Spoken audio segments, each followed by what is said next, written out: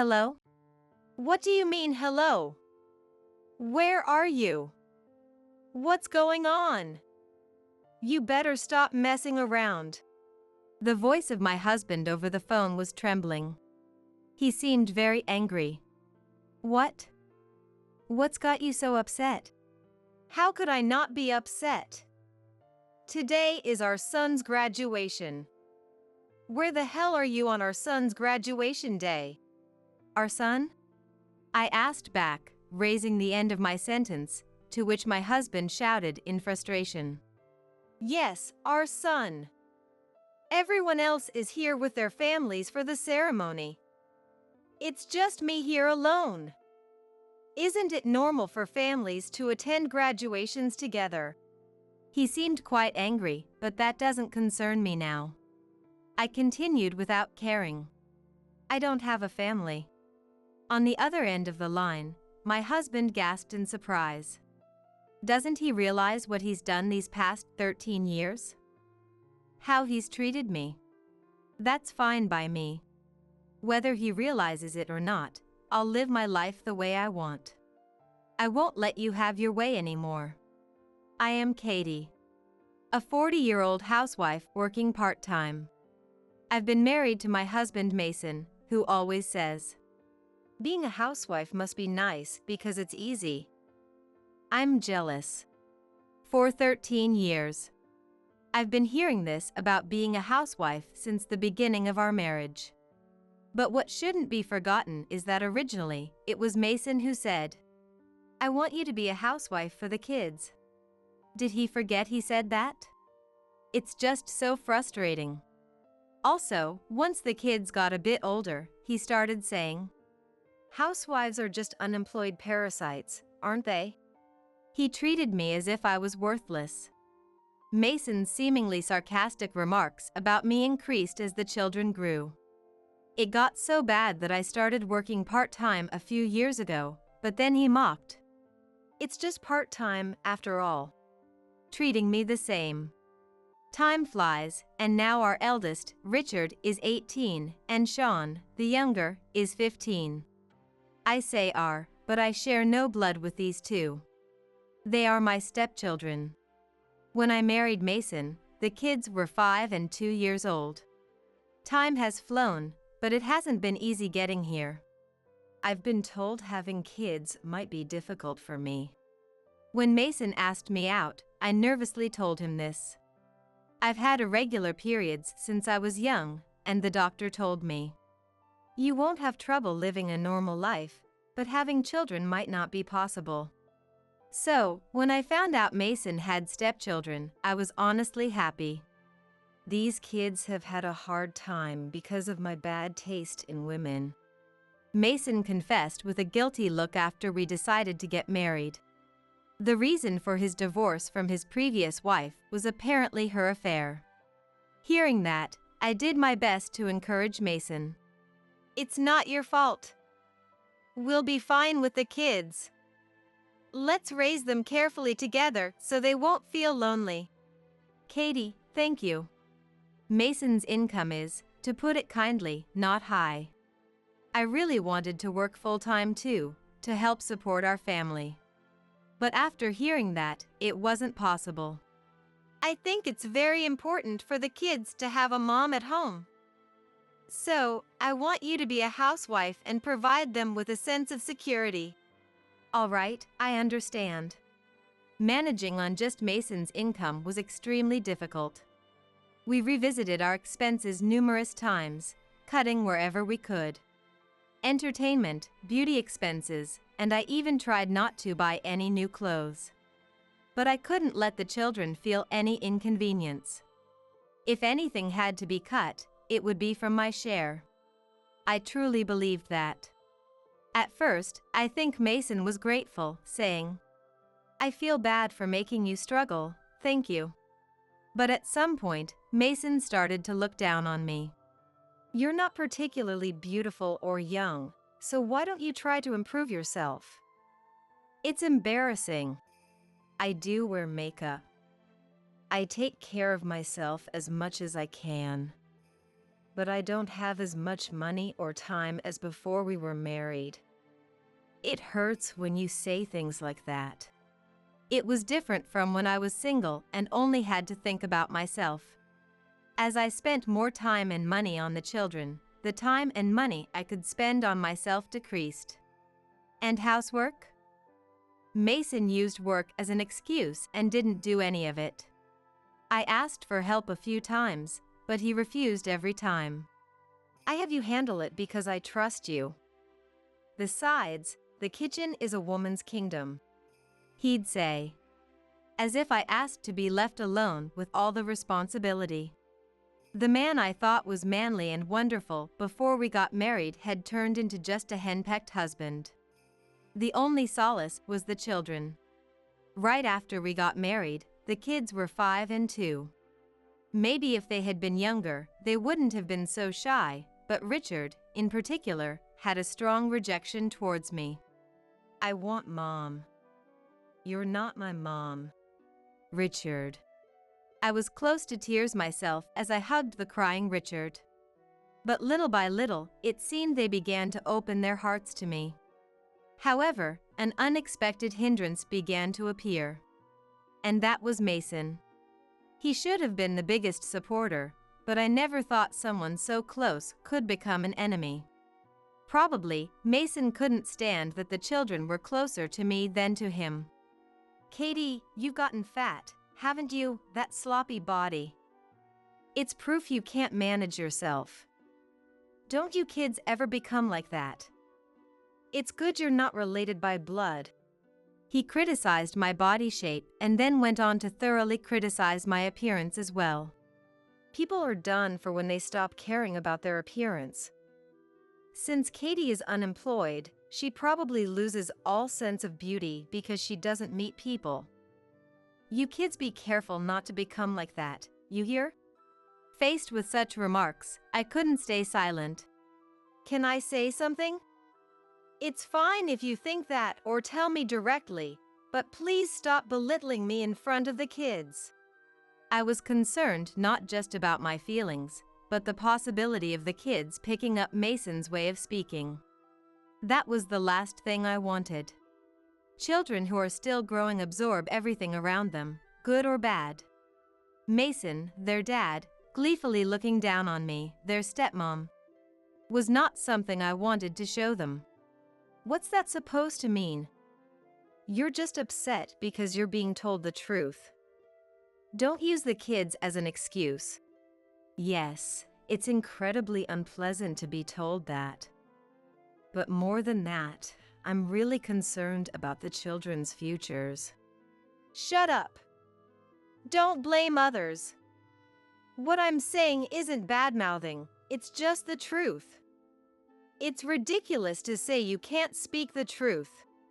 Despite calmly explaining my reasons, Mason became enraged and refused to listen from that point on. Instead, his bad-mouthing of me escalated. Furthermore, whenever I corrected the children's manners, Mason would almost always interject. "Ah, Richard. Look here, you still have food in your mouth. Let's swallow before we talk." It happened when I casually pointed out that Richard was talking with his mouth full during a meal. From beside me, a loud sigh, followed by Mason grumbling unhappily. "Unemployed and without any income, yet you always act so high and mighty with your nagging." It was the usual pattern. Mason looked to Richard and Sean, tilting his head as if seeking their agreement. It's not nagging. It's just correcting their manners so they don't face issues in the future. You're going out of your way for kids that aren't even yours." I felt a surge of anger. How could he say such a thing in front of young children? I was at a loss for words. Feeling pathetic. From that day on, I avoided clashing with Mason and started to watch his mood. I didn't want the children to witness any arguments between Mason and me. Mason was easy to read. If I praised him, he would be in a good mood. I knew it was the wrong approach, but I couldn't think of anything else. Divorce seemed like the easiest solution, But what would happen to Richard and Sean? I couldn't abandon them. So, making life as peaceful as possible was my top priority. Before I knew it, 13 years had passed, and here we are. The once young brothers have been thoroughly influenced by Mason. Their appearance aside, their way of thinking has become just like Mason's. Seeing Mason mock me in front of them, they've come to think it's normal to belittle me. They started to belittle me as if it was nothing. Hey, wait a minute! Richard called out to me, and when I turned around, he frowned and said, "My friends are coming over tomorrow. Can you go somewhere? You know, it would be embarrassing if they saw you. If you were younger and prettier, we wouldn't have to deal with this hassle." What a pain! I understand. This wasn't just adolescent embarrassment speaking. I could tell he genuinely felt ashamed of me. Such remarks had become repetitive, and I had grown accustomed to being hurt. "Oh, and leave some money before you go out. Did you iron the clothes I asked for? Ah, and the deadline for my college application forms is coming up. Take care of it." Despite claiming to be embarrassed by me, he had no qualms about asking for favors. This behavior seemed inherited from Mason. Sean chimed in from the side as well. "Hey, did you check on my tutoring? Oh, and there's a club carpool tomorrow. Thanks in advance." Richard and Sean returned to their rooms without waiting for my reply. To them, my fulfilling their requests was taken for granted, without a trace of gratitude. It's as if the concept didn't even occur to them. At dinner, the root of all problems, Mason looked at me skeptically and broached a subject. "You should start earning some money soon." Excuse me? Mason sighed dramatically, letting his shoulders slump as if to show me. Do you realize how much I've been supporting you? I've been lenient until now, but how many years has it been since you were unemployed? Have you given it any thought? I felt sick at his words and put down my fork. I'm not unemployed. I've been working part-time since Sean was in elementary school. That's right. I was a housewife when the kids were younger, feeling sorry for them. But once Sean started school, I began working part-time in the mornings on weekdays. Despite starting part-time work, Sean frequently fell ill, and I often had to ask off work to care for him. When I had to take a whole week off, I desperately asked Mason. "Just for one day, or even half a day. Can't you look after Sean?" I thought he would understand since I'd been the one staying home. But his response was dismissively irresponsible. What? Impossible. I'm busy with work. You should know that's not feasible. Why should I anyway? I'm busy with work. This means that to Mason, my part-time job wasn't considered real work. I had understood his low regard for my part-time work, but being treated as unemployed was intolerable. I earn around $800 a month, though I do work within the limits that qualify for tax and Social Security benefits. My defense against the unemployment accusation led not only Mason but also Richard and Sean to snicker derisively. $800, wow. That's embarrassingly low. Yeah, exactly. How can you even brag about that? You've got some nerve. At their words, Mason snorted triumphantly, puffing his nostrils as if proud. Exactly what the boys said. Now that they don't need much from us, you should contribute more around here. You're the only one not related by blood. You won't be recognized as family like this. Watching the three of them laughing loudly together, something inside me, that I had been holding together, started to crumble. I can't do this anymore. If this continues, I'll break. For my own sake, I can no longer push myself. Once I fulfill my last obligation, I'll leave this house. On this day, I firmly vowed. Sean's middle school graduation is tomorrow, huh? It's comforting to think he's graduating from middle school. A few months after I made up my mind. Richard had been accepted into university, and Sean was about to have his middle school graduation ceremony the next day. At night, after the children went back to their rooms, Mason, in a good mood, was drinking behind me as I washed the dishes. Man, to be honest, before marrying you, I was really struggling, wondering what to do. Mason, slightly drunk and in a good mood, began to talk incessantly. When Mom, who was looking after Richard and Sean, said she couldn't take care of them anymore, I was considering putting them into some facility. But then I luckily got married to you at just the right time. I really am lucky, huh?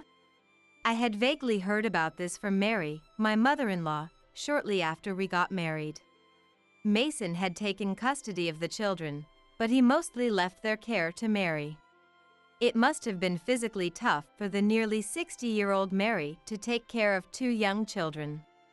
Eventually, Mary couldn't handle taking care of the two children and told Mason to take responsibility. That's when our marriage was conveniently decided. Really. From the beginning to the end, I was just a convenient woman for you. I'm amazed at myself. Ah? What's that? Are you sulking? Don't start with that annoying talk. Once both of them get jobs, we could go on a trip or something? That should satisfy you, right? I deliberately made noise with the dishes, pretending not to hear, and ignored Mason's talk. After finishing the dishes, I sat opposite Mason and just kept pouring him drinks. Here, drink up. Tomorrow is Sean's big graduation day, after all. Hey!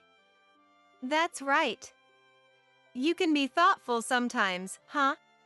Mason, delighted, turned red in the face, drinking glass after glass. In the end, there were so many bottles and cans of alcohol that I had no idea how much he had drunk. The next day, I was on the train, feeling refreshed. I wonder if the graduation ceremony has started by now. I murmured to myself and gazed out of the train window, enjoying the moment. When was the last time I felt this peaceful? Glancing at my mobile phone, which was on silent mode, I saw a massive number of missed calls. Checking them, most were from Mason. There were also a few from Richard. From the look of these missed calls, they must have been in a panic this morning. Normally, Richard and Sean are morning people. Even if I don't wake them, they would come downstairs on time. So, by morning, one of them should have woken up Mason, who was asleep at the table.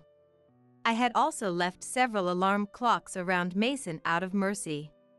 So, I don't think they were late for the graduation ceremony because they overslept. Well, the problem starts from there, doesn't it?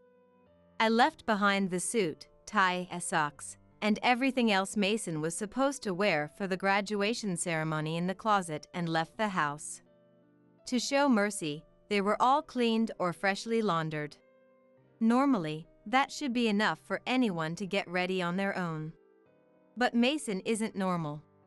For the past 13 years, he has relied entirely on me for care. He probably wouldn't even know which suit was appropriate for the graduation or which one to wear. You'd normally prepare the day before, wouldn't you? Certainly, or rather, without a doubt, Mason wouldn't do that. Even drunk or passed out, he knew I was there to deal with the aftermath. What must they have thought when the person they relied on suddenly disappeared completely? I'm curious about their reactions. Were they confused? Maybe they were furious. Either way, it doesn't concern me now. After a while, as the train arrived at my destination, I disembarked with my luggage. Passing through the gates, I turned off my phone's silent mode, and immediately it started to ring. It was Mason. Hello? What do you mean, hello? Where are you? What's going on? You better stop messing around. Mason's voice through the phone was trembling. What? What's got you so upset? How could I not be upset? It's Sean's graduation today. Where the hell are you on our son's graduation day? Our son? I repeated, with a rise at the end, prompting Mason to shout in frustration. Sean! Everyone else is here with their families for the ceremony. It's just me here alone. Isn't it normal for families to attend graduations together? And you didn't even prepare the clothes. If Mom hadn't come, it would have been a disaster. Facing such misdirected anger and unfair victimization, I replied calmly. I think it's your way of thinking that's really problematic to rely on your mom without any resistance at your age, and for such a thing. What did you say? Surprised and stumbling over his words. Mason was clearly very angry, but that's irrelevant to me now. I continued, unfazed. And what do you mean by family? What? I'm saying that. I cut off Mason's words and declared. I don't have a family. On the other end, Mason gasped in surprise. I've never felt treated like family by any of you these 13 years. That's not true. What are you talking about? Just by eating together, sleeping, and living together, doesn't that alone make us family? Being regularly belittled about my appearance and physique, sometimes mocked as an unemployed parasite. More than anything, you exploited me like a servant, and now you speak of family? What are you even saying? Aren't you the fool here? After speaking quickly, there was a short silence, then the call ended. A few minutes later, Richard called. The timing was too coincidental. Likely, Mason had conveyed something to Richard. So you fought with Dad? You went too far. Dad was really angry, you know? If you apologize now, Dad will probably forgive you, so just apologize and come back home. Otherwise, dinner will be late. Holding my head in my hands, I was astounded. I wonder how Mason had described our conversation to Richard. But Mason and Richard believe without a doubt that they are not at fault in any way. And at their core, as long as they are okay, that's all that matters to them. That's why Richard made the comment he did. They don't even question why I left the house and abandoned Sean's graduation ceremony. Instead, they're worried about their dinner. Me apologize? Why? And for dinner, you all could just take care of it yourselves. My statement seemed to upset them. Richard's tone grew harsher. What's that supposed to mean? That's irresponsible, just leaving like that.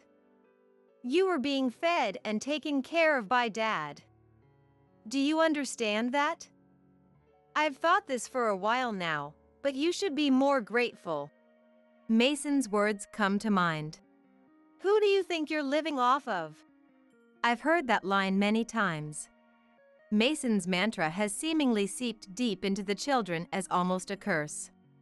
It's egregiously outdated. Do they understand that this attitude will lead them to struggle in the future?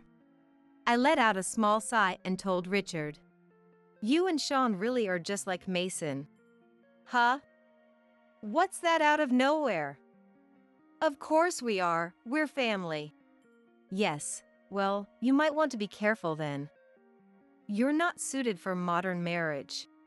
Richard let out a weakened. What? Again. Just like Mason, he lacks self-awareness. What? Just because you're upset, you're spouting nonsense? The similarity extends to their voices trembling when upset. Anyway. I have other things I want to discuss, so I'll be making a final visit soon. Could you tell that to Mason? Wait, a final visit? What do you mean? Wait, hey.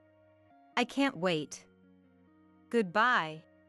After hanging up, the phone kept ringing persistently, but I decided to completely ignore it until it eventually stopped. A month later, I was visiting Mason's house for one last settlement. As I rang the doorbell, Mason appeared with heavy footsteps. Katie, you came back. I knew you'd come back. I believed in you. Mason, whom I hadn't seen for a month, looked somewhat haggard. Perhaps it was due to his disheveled appearance.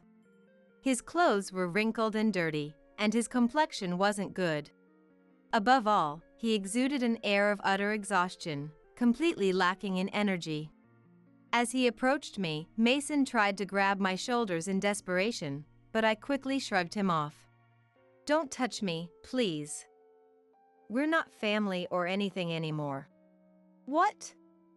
What are you saying, Katie? We're just separated for a cool down, aren't we? No one ever said that. Mason made that up, conveniently for himself. It's almost impressive how he comes up with such convenient notions. I was so happy thinking you had finally come back. That's not it at all. Quite the opposite. I came here today to completely settle things with you. Settle? Mason asks me back with a strained smile. I nodded firmly. I want a divorce. Let's thoroughly discuss alimony and the division of assets in the divorce proceedings. Entering the living room, it was empty. No sign of Richard or Sean, who should have been off today. Where are the kids? They're each in their rooms. They shouldn't know you're coming. Do you want me to call them now? That's fine. It's not like we're having a pleasant chat. What's about to start is a divorce discussion. No need to let the kids hear that. Yet, I wonder how in just 1 month of being away, the house has changed so drastically. Clothes were strewn about everywhere, and the table was littered with finished plates and plastic bags. The sink was so overloaded it was impossible to tell what was underneath. Doing dishes here would be impossible. Looking across the dirty room, I avoided the items on a chair and sat down. Shall we begin? I wanted to settle this as quickly as possible. As I sat down and approached the table, Mason suddenly bowed deeply with incredible speed. Stop it. That won't work on me, and it doesn't change how I feel. Mason kept his head down, shaking it. Please, somehow spare me from the divorce. In this month, we realized how important you really are. Mason raised his voice. The old me might have been persuaded by this alone. But over the years, I've grown stronger. Such child's play won't work on me. Right, once the slave was gone, there were no more domestic workers to help in this house. Domestic worker? Mason averted his gaze. I smiled back at him cheerfully. The housework you've always mocked. It was tough, wasn't it? Full of tedious and bothersome tasks. I thought you and your clumsy, impatient selves would never manage. What? Mason glared at me sharply. Excitedly, his nostrils flared as usual. Getting all high and mighty just because I'm being humble. We could do housework if we weren't working. It's just because we're busy with jobs. You wouldn't understand, you only worked part-time. Right, I don't understand. Especially not the troubles of someone who remarried, pushed his children onto his spouse, and cheated with another woman. Huh? Mason's face, which had been red with rage just moments before, suddenly drained of color, turning pale. Cheated? What are you talking about? You thought it wasn't obvious? I knew everything. Mason's lips tremble as he continues.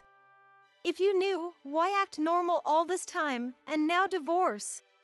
It was all for the kids. Ever since the doctor told me, I believed I couldn't have children. Marrying Mason allowed me to become a mom to Richard and Sean. Mason's cheating, his verbal abuse, the kids' mocking behavior. I can't count how many times I thought about divorcing and giving up. Yet, I endured because I loved the two young ones. So, I decided to persevere until at least Sean graduated from middle school. No. You're lying.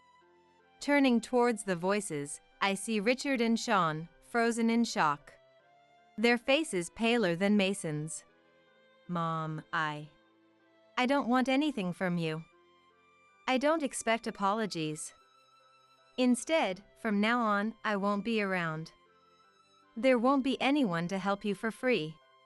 Richard and Sean awkwardly closed their mouths. I turned back to Mason.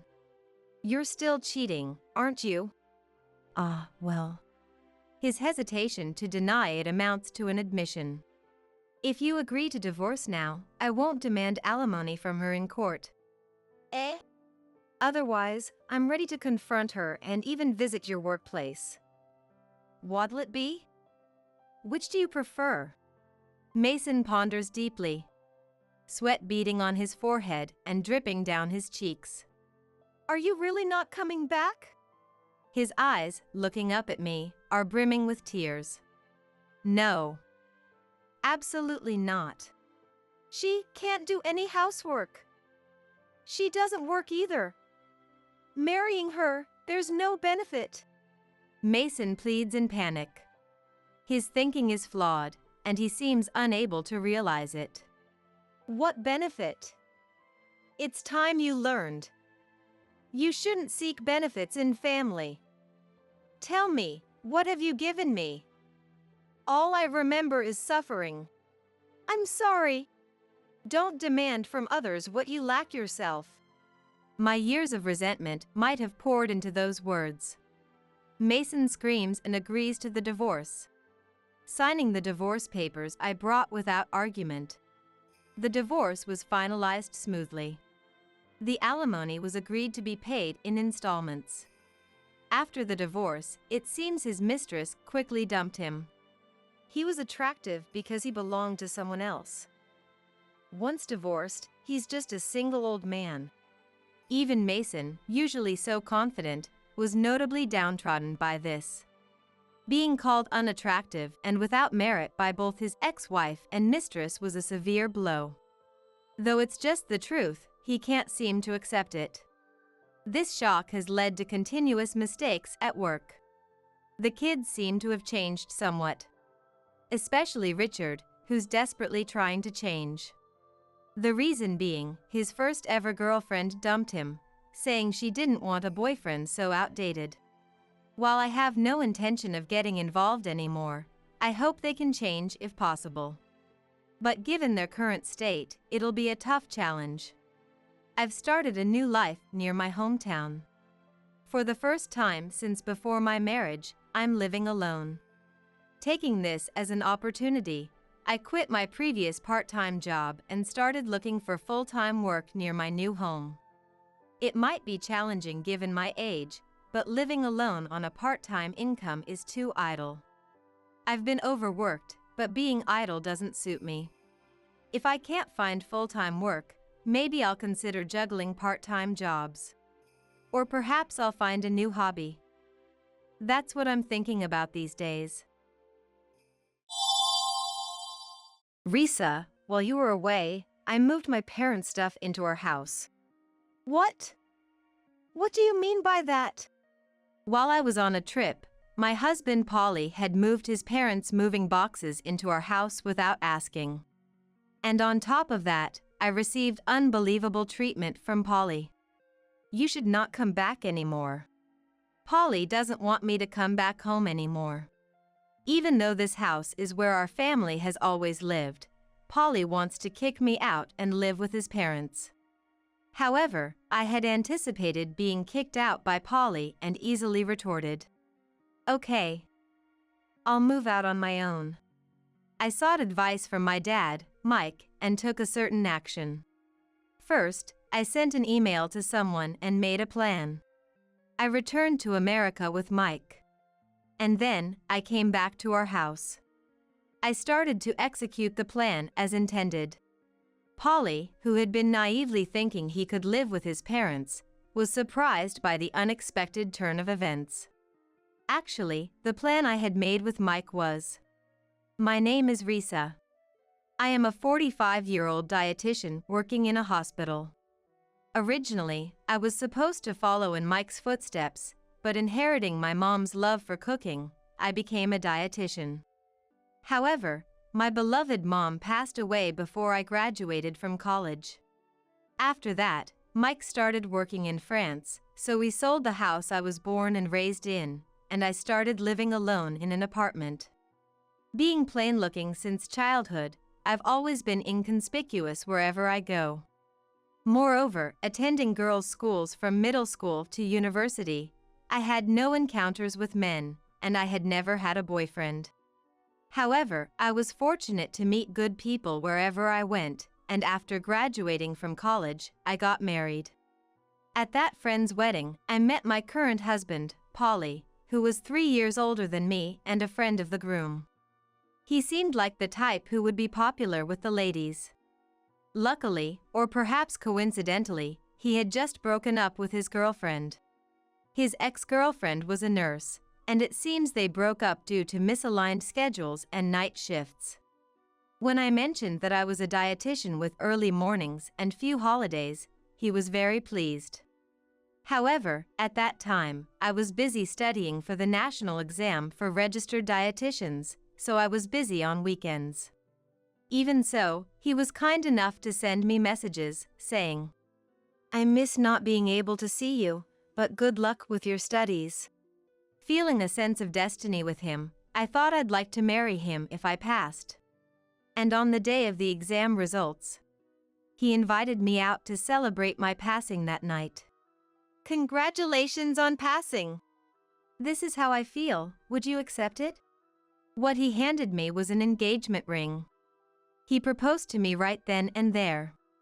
Overjoyed as if my passing was his own, I tearfully said yes right away. And so, our married life began. At first, we thought about living in an apartment, but with Mike's help, we bought our own home. I was looking forward to a happy life from now on, but after getting married, I started to feel a sense of discomfort around Polly. Thinking it was because I had no experience with men, I assumed it would be okay once I got used to it. However, one day, when Polly was looking at my pay stub, he made a comment that made me do a double take. "What's this?" I thought dietitians, being professionals, would earn more. I'm disappointed. What? Well, I just started working, and we're both working, so an income of around $200,000 should be fine, right? I retorted, feeling somewhat offended. It's not like I got married to be supported by my husband, but being told my salary was low didn't feel good. Yet, Polly went on to insult my earnings further. I've been totally deceived. If I knew the income was this low, I would have asked before getting married. A nurse would have earned more. Polly must have been talking about his ex-girlfriend. It's one thing to complain about my earnings, but comparing me to his ex-girlfriend is unforgivable. Indeed, nurses receive night shift allowances and holiday pay. In comparison, my salary is lower because I have fewer early mornings and holiday shifts. However, I have my own side of the story to tell. I happened to see Polly's pay stub the other day, and it turns out he earns even less than I do. Yet, I thought we wouldn't struggle with our combined incomes, so I didn't say anything. I tried to gently break it to Polly, not wanting to hurt his pride. "Well, it seems like you have it tough too, so I guess you were hoping for a bit more from my salary. Sorry for not meeting your expectations." That's right. I work for a small company, and my salary is really low, so I wanted to marry a professional woman to achieve financial stability. I only meant to cheer him up with what I didn't even believe myself, but I never thought Polly would take it seriously.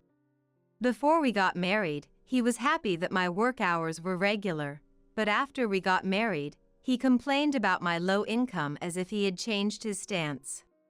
What kind of world does a man live in where he expects his wife's income to be higher than his? I was just dumbfounded by Polly's unreliable behavior. As soon as he knew about my income, Polly started looking down on me. Yet, he wouldn't hesitate to buy whatever he wanted without restraint. Even when I asked him to be a bit more frugal, he wouldn't listen at all. I've been spoiled by my parents since I was a kid, buying me whatever I wanted, so I can't change my attitude towards money that easily. I couldn't say anything back to such a spoiled statement from Polly. It's no excuse to say that he was spoiled by his parents when he was a child at his age. The following year after we got married, we were blessed with a boy. I hoped that becoming a parent would change Polly, but his habit of spending recklessly didn't improve, even during childcare. It was always the same with him spending his entire salary.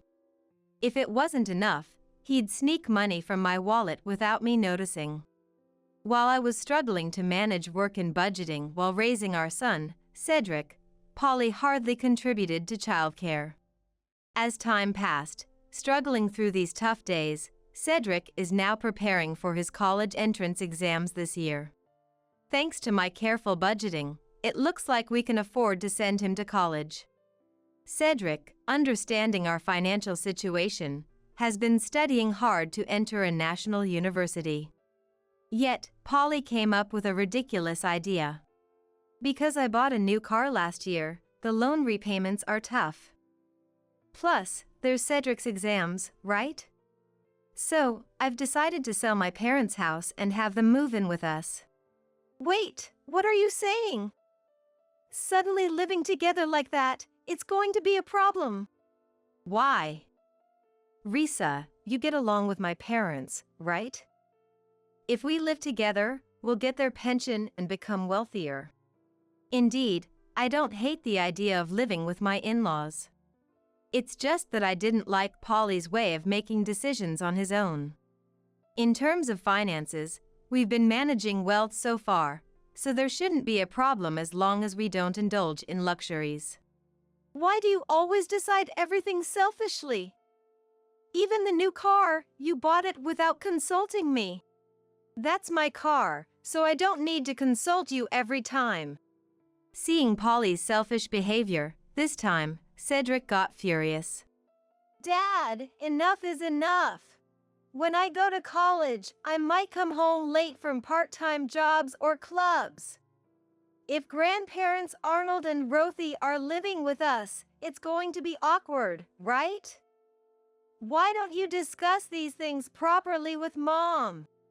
Cedric, coming out of his room all of a sudden and raising his voice, left Polly wide-eyed in surprise. But the next moment, Polly turned to me, lashing out as if he was taking it out on me. Cedric talking back to me, his dad, like that is because of your poor parenting. Reflect on it. Saying that, Polly locked himself in his room and didn't come out for a while. I was happy that Cedric stood up for me. However, I was worried that the current home environment would affect his exam preparations. Despite my worries, Cedric successfully passed his first-choice national university. But tired of living with Polly, Cedric decided to move out and start living on his own. He said he wants to try his best on his own without relying on his parents, even if it means working part-time. Even so, Polly continues to ignore both me and Cedric. Ever since it's been just Polly and me at home, we don't even talk though we're in the same house. It feels suffocating. During these days, feeling mentally drained, I called my dad Mike in France to seek advice. Mike, worried about me, suggested I come to France for a while. I thought I couldn't take a long break because of my job, but it seems my colleagues were worried about my pale complexion recently. After explaining the situation, I was allowed to take some time off. However, I wanted to keep my consultation with Mike a secret from Polly. So, I told him I was invited on a trip by a friend. I hoped that if I was away for a while, Polly might cool down a bit. But heading to Mike's, an entirely unexpected situation unfolded. Starting with a call from Polly while I was in France. Risa, I've moved my parents' stuff into our house while you were away. What? What do you mean? What do you mean, what? I've been saying, haven't I? That I'd live with my parents. More than that, Dad and Mom are angry with you. They said a wife who spoils their son like you is the worst. No way. I couldn't believe what Polly was saying. My in-laws shouldn't be the type to speak ill of me like that. So, I've decided we'll live with my parents and me from now on. If you were here, it'd inconvenience my parents. After all, you're the strict wife who makes their son speak ill of them. Polly must have badmouthed me to my in-laws. Maybe the part about them being angry with me was also a fabrication. Angry, I thought about shouting something back. But, to stay calm, I just said, "I'll call you back later," and hung up. Luckily, Mike was home, so I immediately shared the phone call's content with him. Mike, looking disgruntled, shook his head. Polly, really? Relying on his parents at his age. That's what I'm saying. I don't understand why I have to be the one kicked out. After a long discussion, Mike came up with a suggestion that excited me. I thought this would teach Polly a lesson. First, I contacted someone by email, then called Polly's mobile phone. "Polly, talking over the phone won't cut it, so let's discuss this when I get back from my trip." I said this calmly, but Polly, with a laugh in his voice, replied, "You shouldn't come back." Just as Mike advised, Polly didn't want me to return home. Expecting this, I retorted easily, "Okay, got it. I'll just move out on my own." "Huh?" Polly sounded taken aback by my unexpected response.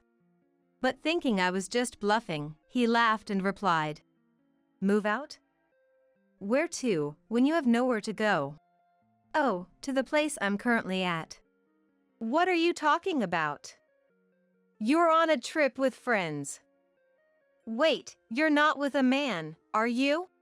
Now he seemed to misunderstand that I was with a lover, so I decided to reveal the truth. "Well, if it's a man, it's indeed a man. But, you know, it's Dad." Mike's place." Polly sounded relieved. But he'd be surprised by the next part of the conversation. "Dad's living in a mansion in France now, so I've decided to live here too. That's why we're going to sell the house we've been living in." "What? What do you mean?" "Well, you should know, right? That house is in Dad's name, built for us. If I'm not living there, it's to be sold." "What? But Dad and Mom are here right now.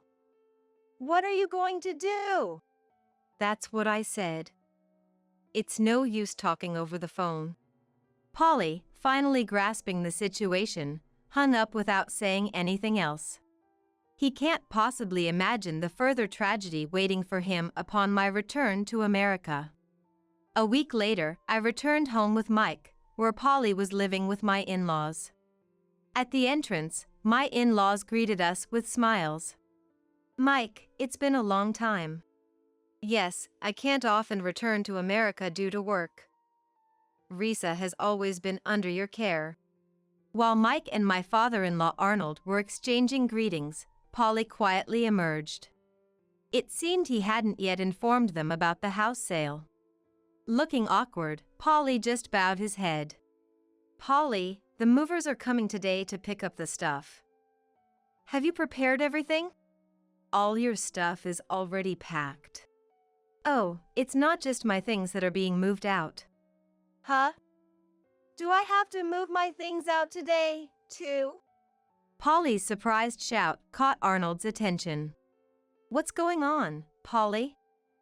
Why are your things being moved out?" Polly, looking guilty, hesitantly explained the situation. Arnold became furious and started yelling at Polly. "You said this house was bought under your name with a loan so we could live together. Making your parents ashamed, unforgivable." Arnold's thunderous voice left Polly speechless. Then, the moving truck arrived. After my things were moved out, my mother-in-law Rothy came out to direct the movers. Thank you for your hard work. Our stuff is prepared here, please take it. Rothy had neatly prepared all the household items, including Polly's. Seeing this, Polly was dumbfounded. Mom? What's happening? Why are you packing Dad's stuff too? Where are you planning to take it? Watching Polly panic and question Rothy, we all burst into laughter. You've been completely fooled. What? What's going on? Why is everyone laughing all of a sudden? Indeed, this was all a plan to trick Polly, discussed in advance by everyone here. The first person I contacted by email from France was Rothy. Rothy had been worried about my tired appearance for some time. After repeatedly asking why, I ended up telling Rothy everything about Polly. Rothy was shocked, especially at the part where Polly blamed his extravagant habits on his parents spoiling him. Rothy tearfully apologized for her parenting in front of me, which made me feel guilty. But Polly's wasteful spending wasn't Rothy's fault. As I comforted Rothy, our bond deepened. For me, without a mom, Rothy became someone I could consult about anything. Mike was aware of my close relationship with Rothy. Thus, he suggested involving the in-laws in our plan. Rothy, without letting Polly know, had been looking for a new place for them to live with Arnold. Arnold's scolding of Polly was all an act. I nearly burst out laughing at their convincing performance. Rothy, thank you for arranging the movers for me as well. Now, I can move to the house Dad built in France. I'm sorry, Risa. My son has caused you so much trouble. Rothy, we agreed not to say that, didn't we? Rothy and I laughed together. Polly, unaware of how close I was with his parents, looked surprised. Mom, where are we moving to? We've already sold our family home. We've already arranged a new place for us. Polly seemed relieved at Rothy's words. But that relief would soon be short-lived. So, it was like that. I worried for nothing. Then I'll just go there too, right? What are you talking about? That's a senior living apartment for Arnold to live in with someone else. Polly, you're not a child anymore. Find your own place to live. As soon as Rothy said this, Polly's face turned pale. That's impossible. I don't even have the money for moving, let alone find a new place. Indeed, Polly had squandered his salary on hobbies and entertainment, leaving him with no savings. No matter how he struggled now, it was his own responsibility. Desperate, Polly looked at me with pleading eyes. I could guess what he was about to say. By the way, Mike built quite a big house in France, right? I had no idea you were such a well-off lady. Listen, I'll do anything you say from now on, so could you take me with you to that house? Suddenly speaking in a sweet tone, he was indeed trying to rely on me. I had no intention of indulging such naive thoughts and firmly stated my position. I've been fooled by your kind words on occasion, but I can't forgive you anymore. You've barely contributed to our living expenses and have just been playing around. I don't want to be your wife anymore. I've already discussed this with Cedric on the phone yesterday, and we've decided to get a divorce. Cedric agrees it's for the best. I vented the feelings I had been holding back, feeling a sense of relief. My in-laws seemed to agree, nodding deeply. What am I supposed to do now? Polly cried, tears in his eyes, but my decision was firm. I presented him with the divorce papers and demanded his signature. Yet, Polly stubbornly refused to sign. Seeing this, Arnold showed his anger again. Polly, enough is enough. After all the trouble you've caused Risa, now you're thinking of relying on her parents' home. I'm ashamed to call you my son. That's right. I admit, I've spoiled you too much. But Polly, you're an adult now. Stop being so selfish and start living on your own." Convinced by his parents' earnest persuasion, Polly shed tears. "What?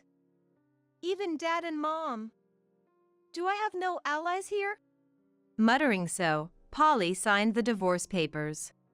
He then arranged to store his belongings in a storage unit and left the house alone. Betrayed by the parents he thought were on his side, he was visibly shocked. However, the in-laws had decided to cut ties with Polly. Not just them. I also promised never to let Polly see Cedric again. This was a strong request from Cedric. He had always resented Polly for never acting like a father. With the divorce as an opportunity, Cedric wanted to sever ties with Polly. I thought it was for the best for Cedric. Rejected by his parents and disowned by his son, Polly must have lost the will to live. Having lost everything, Polly spent some time living in monthly rental hotels and internet cafes.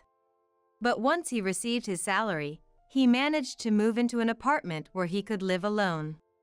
During the divorce, I gave Polly a small amount of money as part of our shared assets. It was practically nothing, but I wanted to avoid any future claims for money, given my financial situation. In essence, it was severance pay. However, once Polly had a bit of financial leeway, he started getting into partying. Why do I know this? Because Polly contacted me, saying, "I'll find a woman with a good income and make you regret leaving me." Initially, after becoming alone, Polly would contact me just to express his loneliness. But once he had money, his attitude became arrogant again. After some time, the communications from Polly suddenly stopped. I wondered if he had found a new girlfriend, but it turned out the situation was far more serious. According to the former in-laws, Polly had fallen for a nurse he met at a party. Despite not being reciprocated, Polly persistently pursued her. At worst, he even showed up at her apartment. As a result of his relentless stalking, he was reported and arrested in the act. The former in-laws, having intended to sever parental ties, were troubled by their son's scandal, feeling deeply sorry for them. Being a parent is tough. No matter how much you try to distance yourself, you're still responsible when something happens. Despite causing so much trouble for his parents, Polly seemed unrepentant. During the interrogation, "It was true love," he kept insisting. This led to a judgment that he was not remorseful, and his release was delayed. Such a man is better off cooling his head in prison for a while. After all, a penniless man in his 50s chasing such ideals will only cause annoyance. Now, I live elegantly in a mansion in France with Mike. Still not accustomed to the environment and not fluent in French, I'm not working yet. However, I can't stay unemployed forever, so I'm attending French lessons. Once I'm proficient in the language, I plan to help out with Mike's company. As time passed, Cedric graduated from university. He then moved here to work at Mike's company. In fact, Mike had called him over with the intention of making Cedric his successor. It was lonely being apart from Cedric for 4 years, but now we can live together forever. This thought fills me with joy. Now that I've become quite fluent in French, I assist with Mike's company and work as a cooking class instructor locally. Though my marriage failed, my life in France is very fulfilling. Despite being in my mid-40s, this is an ideal environment to enjoy life. I've decided to forget my past self, who worried about being plain and unpopular, and live positively. After all, there's still so much more to come. Surely, Mom in heaven is watching over me.